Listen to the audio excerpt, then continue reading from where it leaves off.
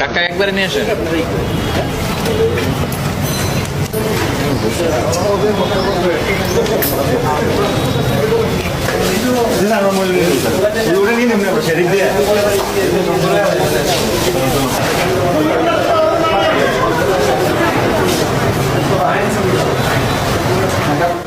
কয়েকটি শিশুকে তাদের আস্থানায় রেখেছে, সেকে তারা এখন থেকে বড় করে পর্যায়ক্রমে তাদেরকে বিভিন্ন জায়গায় পাচার করে।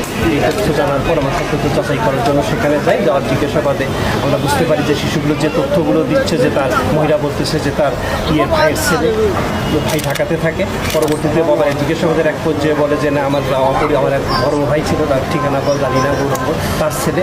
এদেরকে বলার পরে আমাদের সন্দেহ হয় যে এই ছেলে মেয়েদেরকে এটা আপন ভাই কিনে, ভাই বোন কিনে, এটা নিয়েও সন্দেহ আছে। 5 জন শিশু, তার ভিতরে 2 জন মেয়ে, একজনের বয়স 11 আর একজনের বয়স 12 বছর, 3 সন্তান, 10, 4, 5। তাদেরকে ভাই বোন বলে পরিচয় দিল। আমাদের মনে হচ্ছে যে তারা ভাই বোন কিনে সন্দেহ। বিভিন্ন